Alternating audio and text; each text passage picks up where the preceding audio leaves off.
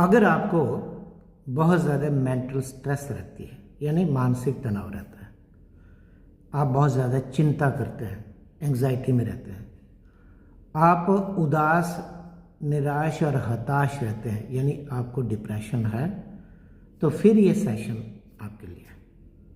या फिर आप एक ऐसे डॉक्टर हैं जो मानसिक तनाव, चिंता और डिप्रेशन के पेशेंट्स का इलाज करते हैं, दवाइयों से भी और साथ में सुझाव देके, काउंसलिंग करके, तो भी ये सेशन आपके लिए है।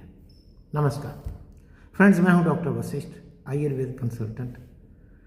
और जैसा कि मैंने पिछले सेशन में कहा था कि एक पूरा सेशन हम काउंसलिंग पे करेंगे। काउंसलिंग का मतलब क्या होता है? सुझाव देना। जो लोग बहुत ज़्यादा मानसिक तनाव में रहते हैं, बहुत ज़्यादा चिंता करते हैं कि बहुत खराबी हो जाएगी बाद में, उदास, निराश, हताश इस तरह से रहते हैं, तो उनके इलाज के लिए दवाइयाँ तो चाहिए होती हैं, लेकिन साथ में उनको सुझाव दिए जाते हैं, उनको समझाया जाता है, और इसी को कहते हैं काउंसलिंग। तो स्पष्ट है कि इस सेशन में हम दवाई की कोई बात नहीं करने जा रहे। हम सिर्फ आपके साथ बहुत प्यार से, अपनेपन से, आप जो भी हैं, जहाँ भी हैं, आप यूँ समझ लीजिए कि मेरे घर के सदस्य हैं। मैं इतने अपनेपन से ये आपके लिए सेशन करने जा रहा हूँ। हर उस व्यक्ति के लिए जिसको कि इन सुझावों की ज़रूरत है, हम ये सेशन कर रहे हैं। और आपको समझना है कि ये डॉक्टर वशिष्ठ जो सामने बोल रहा है, ये केवल और केवल मुझे कह रहा है। शुरुआत करते हैं फ्रेंड्स। जब मानसिक तनाव में, चिंता में और डिप्रेशन में क्या फ़र्क होता है, ये थोड़ा सा समझ लीजिए। मान लीजिए एक गृहिणी है, एक हाउसवाइफ है, रोज़ का उसका काम चलता है और एक आराम से होता है, लेकिन एक दिन उसे पता चलता है कि उसके कुछ ख़ास गेस्ट जो हैं वो आ रहे हैं, तो काम बढ़ गया। अब उसको जो फीलिंग होगी उसे कहते हैं मेंटल टेंशन। यानी इसमें व्यक्ति वो करेगी, दौड़ भाग करके जैसे तैसे मैनेज कर लेगी, लेकिन इस दौरान जो उसका मन बहुत ज़्यादा एक्टिव था, इस बहुत तेज़ी से काम कर रहा था, माइंड भी और बॉडी से भी करा रहा था, इसको कहते हैं मेंटल टेंशन। तो मेंटल टेंशन तो सबको होती है, लेकिन ख़राब कब होती है? जिस चीज़ से मेंटल टेंशन नहीं होनी चाहिए, रूटीन के काम से भी मेंटल टेंशन अगर होना शुरू हो जाए, दिमाग में तनाव आए, तो ये गलत है। ठीक है, एक बात हो गई। अब दूसरी चिंता क्या होती है? चिंता में अक्सर आदमी सोचता कि अगर ऐसा हो गया तो, अगर मैं बीमार पड़ गया तो, अगर काम जैसे चल रहा है काम में कोई अंतर आ गया तो, अगर स्टूडेंट सोचता है कि अगर मैं फेल हो गया तो, अगर मुझे नौकरी नहीं मिली तो, यानी कुछ चीज़ है नहीं सामने, बस सोच लेना कि अगर ऐसा हो गया तो। ऐसे में वो व्यक्ति नेगेटिव सोचता है, उसके अंदर एक डर की भावना पैदा होती है, और वो हमेशा ही सोचता है कि अगर ऐसा हो गया तो फिर क्या होगा, और उसके कारण उसके मन में तनाव पैदा होता है, चिंता पैदा होती है, डर पैदा होता है, ठीक से नींद नहीं आती, ठीक से भूख नहीं लगती या बहुत ज़्यादा लगती है, हाथ पैर कांपने लगते हैं, दिल बड़ा तेज़ तेज़ धड़कने लगता है, नींद ठीक से नहीं आती, थकावट बहुत जल्दी हो जाती है। ये इस तरह की बहुत सारी चीज़ें होती हैं। इसे कहते हैं मेंटल, इसे कहते हैं एंग्जाइटी, चिंता। और इसके बाद डिप्रेशन। तो डिप्रेशन में क्या होता है? डिप्रेशन में आदमी हथियार डाल देता है, उसको लगता है अब कुछ नहीं हो सकता। व्यक्ति निराश हो जाता है, उसको लगता है दुनिया बेकार है, मैं बेकार हूँ, जीना बेकार है, और किसी चीज़ में उसका मन नहीं लगता, उसको कुछ अच्छा नहीं लगता, वो अकेले चुपचाप पड़ा रहता है, बस किसी से मिलना नहीं, जुलना नहीं, कुछ नहीं करना, काम नहीं करना, बस। तो ये 3 स्टेजेस आपको बता दें। लेकिन अगर आपके घर के किसी सदस्य को ये चीज़ है, तो ही आप सुझाव दे पाएंगे ना। मैं ये इसमें ऐसा तो नहीं है कि कोई डॉक्टर ही सलाह देता है, कोई भी आदमी सलाह दे सकता है, अच्छी अच्छी सलाह। तो ये जो यहाँ पे चीज़ बताई जा रही है आप लागू करिए।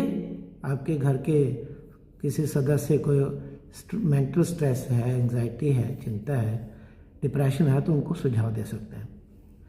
पहला सुझाव जो मैं देना चाहता हूँ वो ये है कि अगर किसी को मेंटल स्ट्रेस है तो यानी ये कुछ कुछ मिलती जुलती चीज़ें हैं, कुछ अलग भी हैं, इसलिए सुझाव तो लगभग एक जैसे ही रहेंगे। जिसको मेंटल स्ट्रेस है उसको सुझाव दीजिए कि भाई थोड़ा रिलैक्स करो। यही चीज़ नहीं बची दुनिया में, दुनिया इसके बाद भी है, ज़िंदगी इसके बाद भी है। मान लो कभी किसी को लगे कि मुझे एक टारगेट पूरा करना है और टारगेट पूरा करने में पूरी स्ट्रेस चली जाए कि बहुत सारे ऐसे बॉस ने काम दे दिया कि ये टारगेट पूरा करना है, ये डेडलाइन है, और फिर इतना टेंशन हो गया, स्ट्रेस हो गया कि सो भी नहीं पा रहे। ऐसा नहीं है। आपको मैं तकनीक बताता हूँ, आप उसको देखना, आपको अच्छा लगेगा। कोई भी काम जिससे आपको स्ट्रेस हो रहा है, टेंशन हो रहा है, उसको पूरे के पूरे में ऐसे मत देखिए, उसको पहले छोटे छोटे पीसेज में बांटिए कि इसका एक पार्ट ये है, पहले मैं ये करूँगा, फिर मैं ये करूँगा, फिर मैं ये करूँगा, फिर मैं ये करूँगा, फिर मैं ये, और फिर उसको लिखिए। और लिखने के बाद उसके एक एक पार्ट पे काम शुरू कर दीजिए। तो समस्या कब आती है? जब हमें लगता है कि इतनी बड़ी समस्या हमारे सामने है। जब उस समस्या को हम छोटे छोटे टुकड़ों में बांटते हैं, छोटे छोटे स्टेप्स में करने लगते हैं, तो हमें लगता है कि नहीं, ये एक समस्या नहीं है। नो नो नो, ये चुनौतियों का एक समूह है। यानी समस्या नाम की कोई चीज़ नहीं है। हमारे सामने कुछ चैलेंजेस हैं, उन चैलेंजेस को जोड़ दिया गया है, वो एक समस्या जो है हमको दिखाई दे रही है। एक एग्जांपल देता हूँ, आपको थोड़ी समझ में आ जाएगी। अगर आपको पता हो तो अच्छी बात है, नहीं तो सुन लीजिए। समुद्र में, सागर में व्हेल मछली जैसी बड़ी बड़ी मछलियाँ होती हैं, छोटी मछलियों को खा जाती हैं। अब छोटी मछलियों को भी जीना है, तो वो क्या करते हैं? हजारों छोटी छोटी मछलियाँ मिलकर एक मछली का आकार बना लेती हैं, एक साथ जुड़ जाती हैं, और दूर से व्हेल मछली या कोई बड़ी मछली जो है, जो खाने के लिए आती है, उनको दिखाई देता है कि ये बहुत बड़ी कोई मछली है, और वो भाग जाती है, उनको खाने नहीं आती। तो एक जुड़ जाती है, यानी एक्चुअली वो एक मछली नहीं है, लेकिन लगती है। ऐसे ही हमारी जो समस्याएं हैं, वो समस्याएं एक्चुअली वो समस्या नहीं होती, वो छोटी छोटी चुनौतियों का एक ग्रुप है, एक समूह है, जो हमें एक दिखाई देता है। अगर आप उसको बांटना शुरू करेंगे, छोटे छोटे टुकड़ों में विभक्त करेंगे, डिवाइड करेंगे, क्लासीफाई करेंगे, तो आपको लगेगा कि अरे बाप रे बाप, ये तो कोई बात ही नहीं है।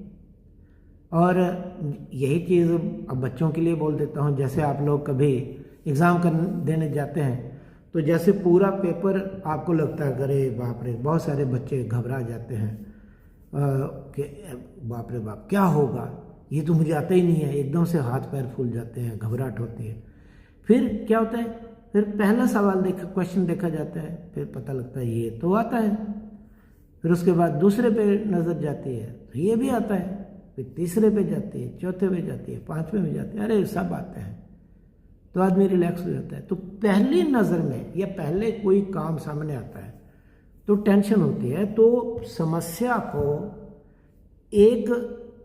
एक पीस में मत देखिए, वन पीस में मत देखिए, उसको एक होल में मत देखिए, उसको छोटे छोटे पार्ट्स का एक ग्रुप देखिए, उनको अलग करिए, तो आपकी समस्या छोटे छोटे चैलेंजेस का एक ग्रुप बन जाएगी और आप कर लेंगे। एक बात। दूसरी बात यह है कि हमारे अंदर एक और समस्या है, बहुत सारे लोगों में होती है। हम लोग ना परफेक्शनिस्ट होते हैं, हर काम को इतना परफेक्ट तरीके से करना चाहते हैं। जो लोग ऐसा करते हैं उनको टेंशन होती है। भाई ऐसा करना बंद कर दो। दुनिया में कुछ परफेक्ट नहीं है, ये 5 उंगलियां भी एक जैसी नहीं है। दुनिया में कोई ऐसी परफेक्ट चीज़, ईश्वर एक परफेक्ट है, पता नहीं है कि नहीं है। हम मान सकते हैं कि ईश्वर परफेक्ट हो सकता है। उसके बाद इस पूरे यूनिवर्स में कुछ भी संपूर्ण नहीं है। परफेक्ट का मतलब संपूर्ण, कंप्लीट, जिसमें कोई कमी नहीं, कोई गलती नहीं कुछ। आप ये दुनिया को देखिए, पृथ्वी को देखिए, इसका सरफेस जो है वो देखिए, सतह। कहीं पहाड़ हैं, कहीं नदियां हैं, कहीं बड़े बड़े गड्ढे हैं, कभी कहीं सागर है, पानी है, क्या है, कहाँ बराबर है। लोग होते हैं पूरी दुनिया में, कोई 2 लोग एक जैसे नहीं होते, कोई 2 लोगों के फिंगरप्रिंट्स नहीं मिलते, चेहरे नहीं मिलते पूरी तरह से। तो हम किस बात के लिए चाहते हैं कि हम जो काम करें परफेक्ट करें? अरे बाबा, एक्सलेंस में ले आओ। एक्सलेंस मीन्स जितना अच्छे से आप कर सकते हो करो, छोड़ दो, कंप्लीट हो गया, आगे बढ़ो। तो ये परफेक्शनिस्ट लोग जो होते हैं, जैसे मान लीजिए कुछ लोग ऐसे होते हैं, डिसिप्लिन इतना ज़बरदस्त बना लेते हैं कि उनकी ज़िंदगी अपनी तो नरक बन जाती है, वो दूसरों की भी ज़िंदगी नरक बना देते हैं। मैं ये नहीं कह रहा हूँ कि डिसिप्लिन या अनुशासन को नहीं मानना है। अरे भाई, मानना है, डिसिप्लिन होते ही मानने के लिए, लेकिन उसमें थोड़ी बहुत गुंजाइश, थोड़ी ढील तो रखिए। हर चीज़ को एकदम खींच के रखेंगे, एकदम तनाव में रखेंगे तो दिमागी टेंशन तो होगी। अब मान लीजिए आप रोज़ ऑफिस जाते हैं, 10 बजे पहुंच जाते हैं, ठीक है, अच्छी बात है।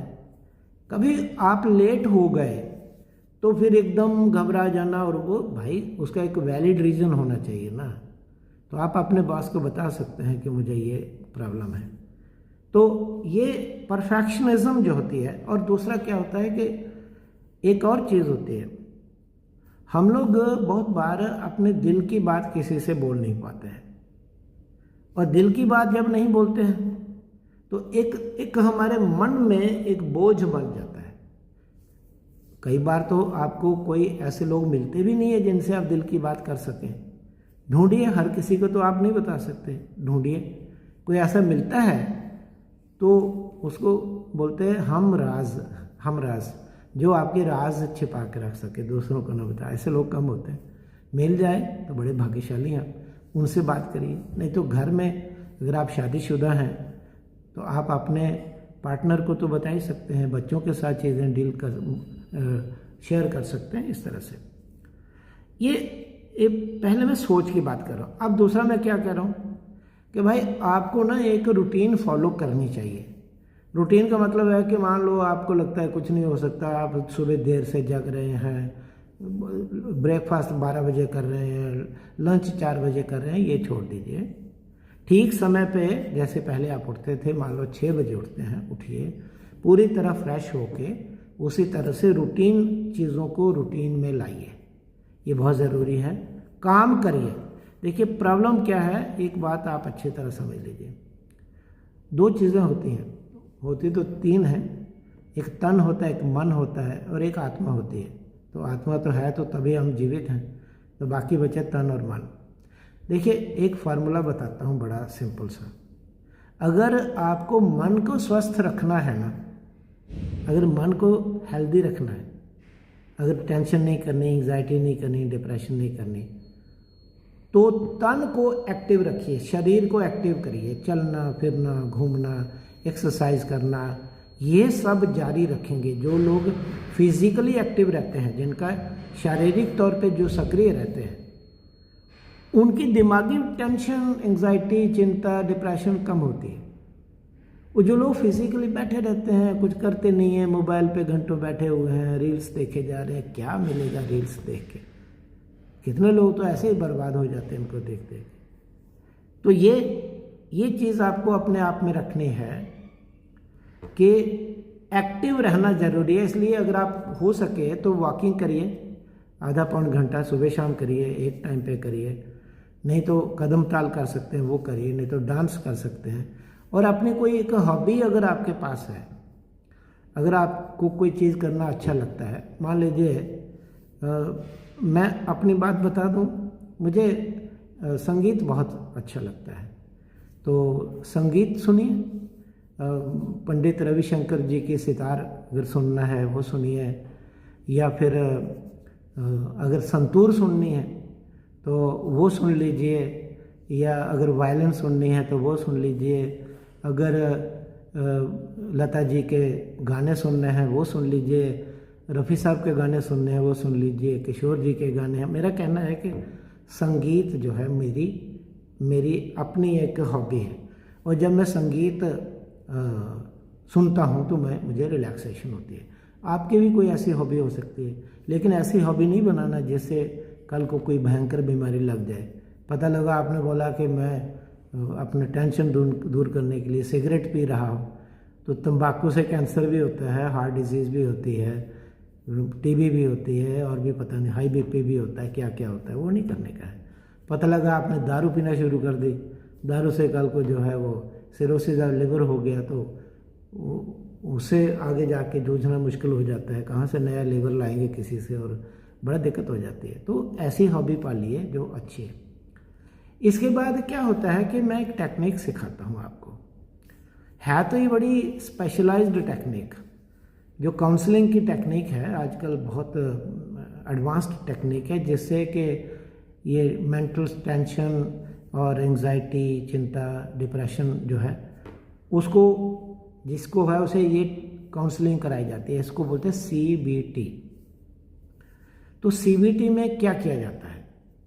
CBT में एक प्रकार से आप समझ लीजिए कि पेशेंट को, यानी इसका फुल फॉर्म होता है कॉग्निटिव बिहेवियरल थेरेपी। कॉग्निटिव मतलब आपने किसी चीज़ का संज्ञान लेना है, आपने समझना है, यानी ये चीज़ क्या है, तो उसको बोलते हैं कॉग्निशन करना, या उस कॉग्निशन करना मतलब समझना या संज्ञान लेना। जैसे कई बार अदालतों को कोई कुछ कोर्ट्स को बोलता नहीं, वो खुद संज्ञान ले लेते हैं। तो व्यक्ति को संज्ञान लेना है कि ये समस्या मेरी क्या है, उसको समझना है, और फिर अकॉर्डिंगली अपना बिहेवियर सुधारते हुए दूसरे लोगों के साथ या बिहेव करना है। CBT होती है, मैं आपको सिखाता हूँ। इसके 4 पार्ट्स होते हैं, सीखिएगा, मज़ा आएगा आपको। 4 पार्ट्स में पहला जो पार्ट होता है ना, वो क्या होता है कि किसी व्यक्ति के लाइफ में एक घटना घटती है, उस घटना से उसके मन में एक विचार आता है, उस विचार से उसके अंदर एक भावना पैदा होती है, और उस भावना के बाद वो वैसा उसका व्यवहार हो जाता है। जैसे मान लीजिए कोई आदमी धंधा करता है, व्यापार करता है, एक जगह उसको लॉस हो गया, तो ये घटना घटी, और जब उसके माइंड में आ गया कि ये लॉस हुआ है तो इससे मुझे आज दिक्कत आएगी, तो वो उसका क्या आ गया, विचार आ गया, और विचार आने के बाद वो बोलेगा कि मैं मर गया, लुट गया, पिट गया, ये उसकी भावना बन गई, और उसके बाद वो वैसे ही बिहेवियर करना शुरू कर देगा। ठीक है। तो अगर आपकी लाइफ में, अगर आप स्ट्रेस में हैं और कोई चीज़ें आपको तकलीफ देती हैं, तो ये CBT का फार्मूला लगाइए। पहले देखिए जिस घटना से, वहाँ पीछे चले जाइए, जिस घटना से ये हुआ था, क्या वो सचमुच बड़ी घटना थी? क्या इस योग्य थी कि मैं उसके आधार पे अपना जीवन बर्बाद कर दूँ? तो पहले तो उस इवेंट को, उस घटना को देखिए अच्छी तरह से, और आपको लगेगा कि ज़िंदगी में इतनी घटनाएं घटती हैं, उनमें से एक थी वो, तो उसके ऊपर मुझे टेंशन लेने की क्या ज़रूरत है? तो पहले तो वहीं से आपको लग जाएगा नहीं कोई बात नहीं, वो एक घटना ही सारा जीवन नहीं थी, वो लाइफ नहीं थी, पूरी दुनिया नहीं थी, वो एक छोटी सी घटना थी। ओके। अब उस घटना के बाद आपको जो थॉट आया था, तो फिर अपने आप को पूछिए, विचार जो बना था कि ऐसा हो गया, तो क्या ये सही था? नो। ठीक है, घटना घटी, लगा कि हाँ ये घट गई, तो माइंड में आया, और उसके बाद जो एक नकारात्मक सोच आई गई कि इस घटना के बाद आप कुछ नहीं बचा है। जैसे बहुत बार ऐसा होता है ना, कोई लाइफ में एक फ्रेंडशिप किसी से की टूट गई, फिर कुछ लोगों को लगता है कि आप ज़िंदगी में कुछ नहीं रखा। अरे बकवास है सब, ज़िंदगी बहुत बड़ी है, ये लाइफ बहुत बड़ी है, ऐसा नहीं सोचने का। तो वहाँ अपने आप को पूछिए, वहाँ अपने साथ बातें करिए। करता तो ये काम तो ये मनोचिकित्सक का है, साइकोलॉजिस्ट का, या साइकियाट्रिस्ट भी कर सकते हैं, लेकिन आप खुद करके देखिए ना। भाई एक घटना घटी थी, उस घटना से मुझे लगा कि ऐसा हो गया है, और उसके बाद मुझे लगा कि आप तो बर्बाद हो गए, लुट गए, पिट गए, ये गलत था, ऐसा मुझे नहीं सोचना चाहिए था। और उसके बाद जो मैंने बिहेव किया, उसके बाद वैसे ही मैंने दूसरों के साथ बर्ताव करना शुरू किया, व्यवहार करना शुरू कर दिया, कितना गलत था, यह ऐसा करना चाहिए था। नो, वापस आइए। तो फिर क्या करना है, वो घटना बहुत छोटी सी थी, मैं आपको तरीका बता रहा हूँ, वो घटना बहुत छोटी सी थी, उस घटना से मुझे टेंशन लेने की कोई ज़रूरत नहीं है, और उसके बाद आप मुझे ठीक से अपनी सारी ज़िंदगी गुजारनी है, अपना काम करना है, लोगों के साथ व्यवहार करना है, ये सारा कुछ करना है। तो ये है CBT। इस CBT को आप अपनाना सीखो, मतलब अपने ऊपर लागू करना सीखो।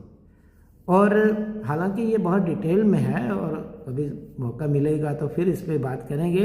ये मैंने एक बहुत संक्षेप में आपको बता दिया है कि ये छोटी सी टेक्निक ज़रूर है, लेकिन अगर आप इसको अपने ऊपर लागू करना सीख गए ना, तो अपनी बहुत सारी समस्याएं आप हल कर देंगे। तो फ्रेंड्स, हम बात कर रहे हैं कि अगर आपको चाहे मानसिक तनाव है, मेंटल टेंशन है, स्ट्रेस है, या चिंता है, आप सोचते हैं कि बहुत नेगेटिव, बहुत गलत हो जाएगा, या फिर आपको लगता है कि दुनिया में कुछ नहीं रखा है, डिप्रेशन है, इसका इलाज तो आपने डॉक्टर से करवाना ही है जाके, और उसके लिए दवाइयाँ भी होती हैं। आयुर्वेद में भी बहुत सारी दवाइयाँ हैं, वो हम आपको बताते रहते हैं। लेकिन उसके साथ अगर आप अपने मन में इस तरह के विचार लाते हैं, आप अपना जो है एक एनालिसिस करते हैं, आप अपना एक विश्लेषण करते हैं, असेसमेंट करते हैं, उसके बाद आपको लगता है कि नहीं ऐसी टेंशन की कोई बात नहीं थी, मुझे ठीक से बिहेव करना चाहिए, काम करना चाहिए, तो फिर दोबारा उसको अपने जीवन को स्टार्ट करिए, उन सब चीज़ों से बाहर आइए। ज़िंदगी बहुत बड़ी है, बहुत कुछ आप कर सकते हैं, आपके अंदर बहुत शक्ति है, उस शक्ति को पहचानिए हनुमान जी की तरह। जैसे जब उन्होंने समुद्र पार जाना था, तो पहले तो उनको लगता था मैं कैसे जाऊंगा, फिर उनको याद कराया गया कि आपके अंदर तो बहुत शक्ति है, फिर उनको याद आया, फिर वो सागर के पार गए, और उसके बाद तो इतिहास बना। तो आप भी हनुमान जी की तरह हैं, आपके अंदर भी बहुत शक्ति है। आप अपने आप को पहचानिए, अपनी शक्ति को पहचानिए, छोटी छोटी चीज़ों से तनाव में मत जाइए। दुनिया बहुत बड़ी है, लोग आपको हेल्प करने के लिए तैयार बैठे हैं, और ईश्वर आपके लिए जो है बहुत अच्छे अच्छे प्लान बना सकता है, बहुत अच्छी आपको हेल्प कर सकता है। लेकिन कब? अगर आप अपनी हेल्प करेंगे। तो इसलिए अपने ही बुने हुए जाल में जो आप फंस चुके हैं ना, उस मकड़ जाल से, कॉबवेब से बाहर आ जाइए, उससे बाहर आइए, खुश होइए, मुस्कुराइए। आप जीवित हैं, आप इस पृथ्वी पे हैं, ईश्वर की दुनिया है, आप इतना कुछ देख रहे हैं, आप बहुत कुछ कर सकते हैं। तो फ्रेंड्स, ये हमने एक सेशन किया, थोड़ा सा लंबा हो गया, मुझे 15 मिनट का करना था, ये अब 23-24 मिनट का चला जाएगा। आपको अगर ये सेशन अच्छा लगा हो तो बताइए, अगर आपके मन में और कोई प्रश्न हो तो उनके उत्तरों के लिए हमें कहिए, कोई सुझाव हो तो दीजिए। ये सेशन अटेंड करने के लिए बहुत बहुत धन्यवाद। नमस्कार। अपना, अपने घर के लोगों का, संगी साथियों का पूरा ध्यान रखिए।